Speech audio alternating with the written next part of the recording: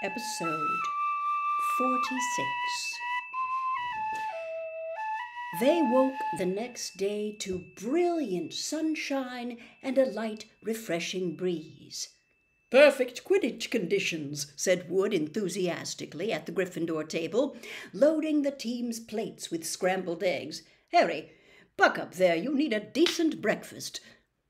Harry had been staring down the packed Gryffindor table, wondering if the new owner of Riddle's diary was right in front of his eyes.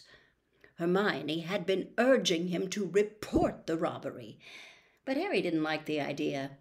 He'd have to tell a teacher all about the diary, and how many people knew why Hagrid had been expelled 50 years ago? He didn't want to be the one who brought it all up again. As he left the Great Hall with Ron and Hermione to go and collect his Quidditch things, another very serious worry was added to Harry's growing list. He had just set foot on the marble staircase when he heard it yet again. "Kill this time. Let me rip. Tear." He shouted aloud, and Ron and Hermione both jumped away from him in alarm. "The voice!" said Harry, looking over his shoulder. "I just heard it again." Didn't you?" Ron shook his head, wide-eyed. Hermione, however, clapped a hand to her forehead. "Harry, I think I've just understood something.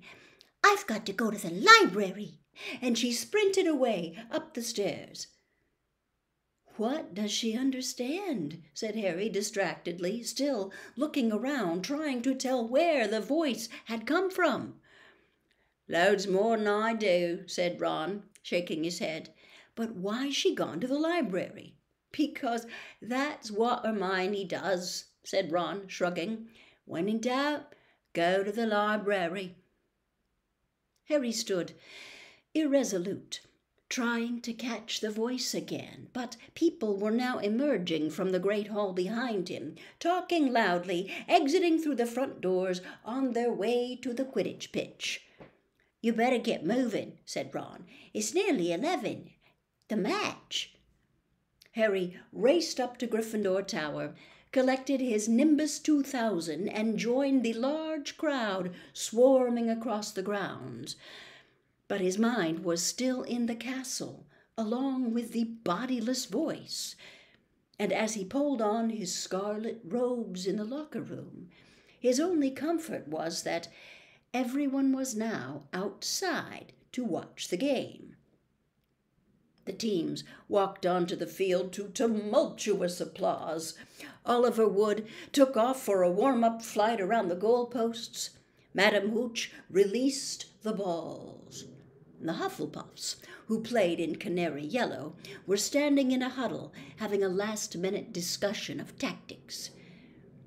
Harry was just mounting his broom when Professor McGonagall came, half marching, half running across the pitch, carrying an enormous purple megaphone. Harry's heart dropped like a stone. "The match has been cancelled," Professor McGonagall called through the megaphone, addressing the packed stadium. There were boos and shouts. Oliver Wood, looking devastated, landed and ran toward Professor McGonagall without getting off his broomstick. "But, Professor," he shouted, "we've got to play. The cup! Gryffindor!" Professor McGonagall ignored him and continued to shout through her megaphone.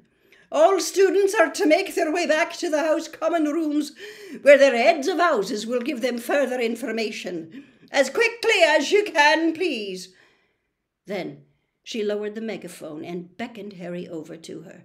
"Potter, I think you'd better come with me." Wondering how she could possibly suspect him this time, Harry saw Ron detach himself from the complaining crowd. He came running up to them as they set off toward the castle. To Harry's surprise, Professor McGonagall didn't object. "Yes, perhaps you'd better come too, Weasley." Some of the students swarmed around them, grumbling about the match being cancelled. Others looked worried. Harry and Ron followed Professor McGonagall back into the school and up the marble staircase. But they weren't taken to anybody's office this time. "This will be a bit of a shock," said Professor McGonagall in a surprisingly gentle voice as they approached the infirmary. "There has been another attack. Another double attack." Harry's insides did a horrible somersault. Professor McGonagall pushed the door open, and he and Ron entered. Madame Pomfrey was bending over a sixth-year girl with long, curly hair. Harry recognized her as the Ravenclaw they'd accidentally asked for directions to the Slytherin common room. And on the bed next to her was "Hermione!" Ron groaned. Hermione lay utterly still, her eyes open and glassy. "They were found near the library," said Professor McGonagall. "I don't suppose either of you can explain this? It was on the floor, next to them." She was holding up a small, circular mirror. Harry and Ron shook their heads, both staring at Hermione. "I will escort you back to Gryffindor Tower," said Professor McGonagall heavily. "I need to address the students in any case. All students will return to their house common rooms by 6 o'clock in the evening. No student is to leave the dormitories after that time. You will be escorted to each lesson by a teacher. No student is to use the bathroom unaccompanied by a teacher. All further Quidditch training and matches are to be postponed. There will be no more evening activities." The Gryffindors packed inside the common room, listening to Professor McGonagall in silence. She rolled up the parchment from which she had been reading and said in a somewhat choked voice, "I need hardly add that I have rarely been so distressed. It is likely that the school will be closed unless the culprit behind these attacks is caught. I would urge anyone who thinks they might know anything about them to come forward." She climbed somewhat awkwardly out of the portrait hole, and the Gryffindors began talking immediately. "That's 2 Gryffindors down, not counting a Gryffindor ghost, 1 Ravenclaw, and 1 Hufflepuff," said the Weasley's twins' friend, Lee Jordan, counting on his fingers. "Haven't any of the teachers noticed that the Slytherins are all safe? Isn't it obvious this stuff's coming from Slytherin? The heir of Slytherin, the monster of Slytherin. Why don't they just chuck all the Slytherins out?" he roared. 2 nods and scattered applause. Percy Weasley was sitting in a chair behind Lee, but for once he didn't seem keen to make his views heard. He was looking pale and stunned. "Percy's in shock," George told Harry quietly. "That Ravenclaw girl, Penelope Clearwater, she's a prefect.